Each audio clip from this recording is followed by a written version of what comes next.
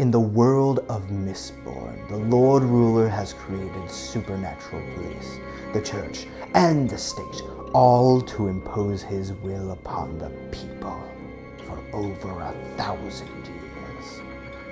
The majority, called the Ska, live in poverty and are subject to forced labor, only for the priests and the nobles to get richer. The most valued commodity for these nobles are not Ska, warriors, money, nor even prestige. Secrets and deception are worth more than even atium. A rebellion is brewing. In order to survive, the nobles must work together. But in a world of treachery and backstabbing, only one may be the Lord Ruler's favorite, or the people's. Hello, I'm Tommy Dearmond, and I'm here to introduce to you one of the most underrated board games of all time, Mistborn House War. Mistborn House War is a 3 to 5 player cooperative negotiation game where the winner is the person with the most or least amount of favor. Designed by Kevin Wilson, most known for his work on Cosmic Encounter and Arkham Horror, and based off Brandon Sanderson's best-selling novels, Mistborn House War started off as a Kickstarter. Their original goal of $30,000 was demolished by the Kickstarter, raising over $330,000. While many Kickstarters are concerned with making an overly expensive game with gigantic miniatures, the $50 base edition is all you need for this game. All that's missing from this edition is 3 unimportant cards, along with some extra goodies like foil cards that came in the $100 Prestige edition of the game. The game and all the extra goodies can be found in a link in the description. And for one of the best games I've ever played, $50 is not that much, especially considering the modern prices of board games. Word of advice. Unless you want a second mortgage on your house, take out 5 loans and make some back alley deals. Please don't get interested in Magic, Warhammer, or Kickstarters. That's a rabbit hole you don't want to go down. Look, I know I need to pay you back, but I needed to spend an extra $10,000 on the Kickstarter in order to get an art book. Yes, I also got something that affected the game. I got a card. Now I know that tone of voice. It was a very cool looking card. Oh, right. Might need to get along and explain the actual game.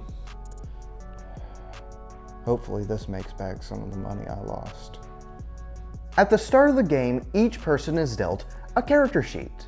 This determines player order, as well as what type and how many of each resource they get during their turn, and how many cards they get during their turn.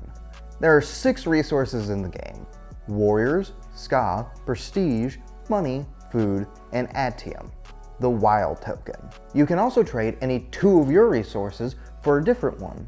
At the start of the active player's turn, you collect the number of cards and resources based off your character sheet. Next, problems worsen. They move up 1 space in the problem track. Then a new problem is added. Lastly, the player decides to either deal with the problem or pass their turn and gain either an extra resource or an extra card.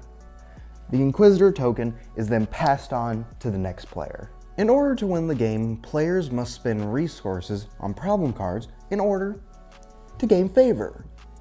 The rub is that most problems cannot be solved by one player. This is when the game comes alive, when everyone is trying to gain the most favor, but still having to compromise and make fair deals, or trying to strong-arm everyone else into their deal how they want it.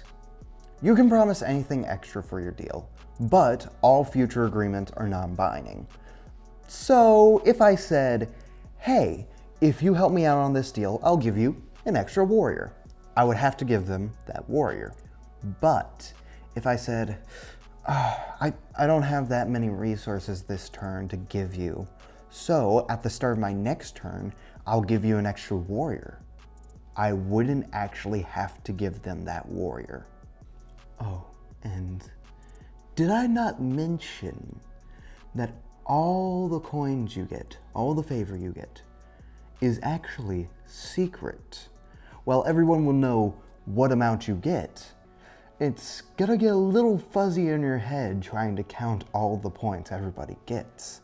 So, this allows deals that normally wouldn't happen because, oh, this guy's winning, to actually happen because, oh, I don't know who's winning.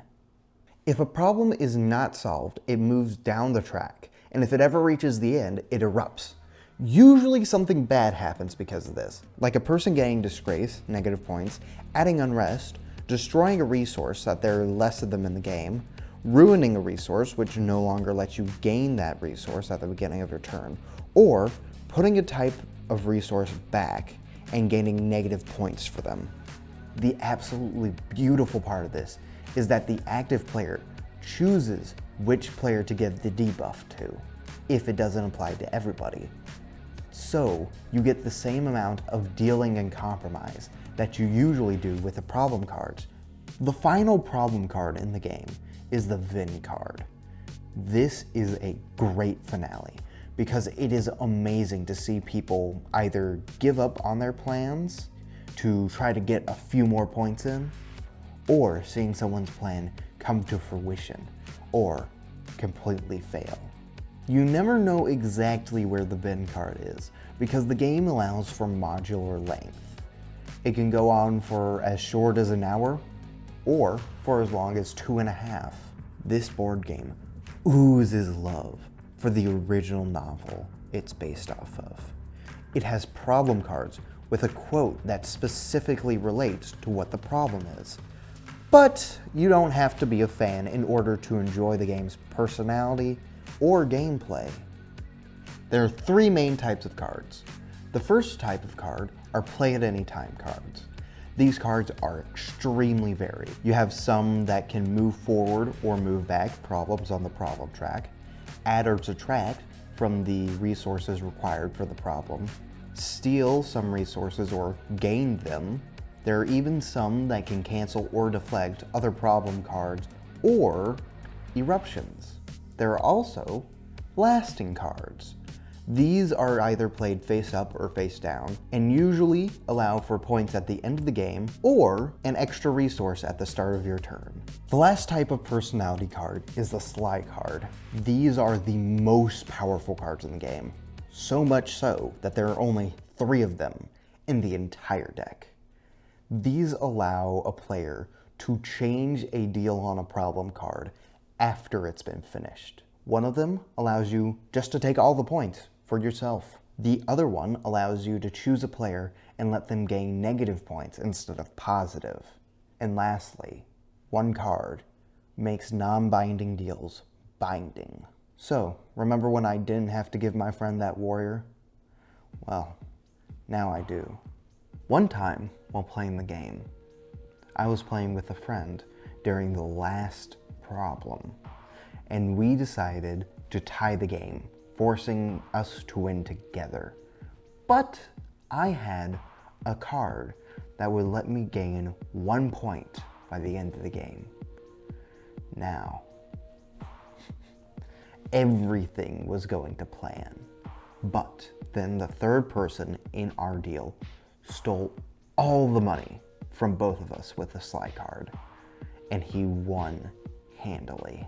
Now, I could have stopped him with a couple of cards that I played beforehand, but I used them all on less important things.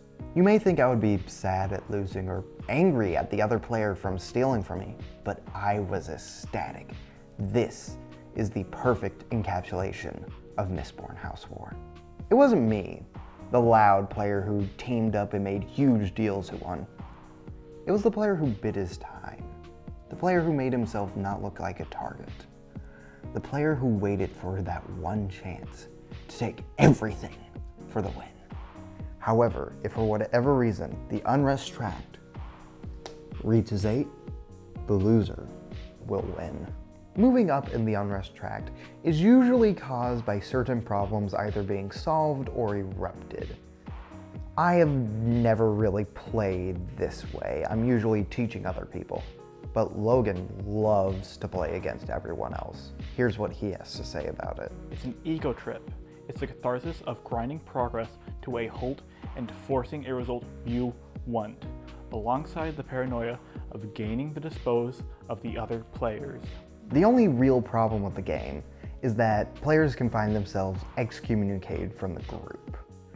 This happens usually because a player seems to be winning, or they seem to be losing so badly that they're going for an unrest win.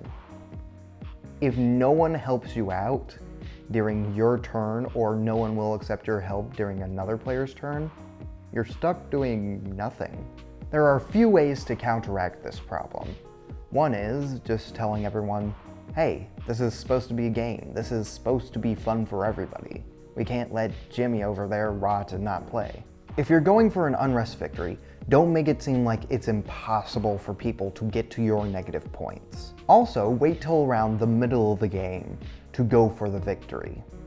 And also help out people here and there to make it seem like you're still a player who people will enjoy the company of and help out. Admittedly, these are not great fixes for the problem of this game, but I've also had many games where this has never shown up. Despite this problem, Mistborn House War is still my favorite game, and I think it deserves a bit more than a 6.9 out of 10 on Board Game Geek. Thank you for watching. For the official rules and setup, click over here. If you actually want to buy the game, click over here. Thank you for watching.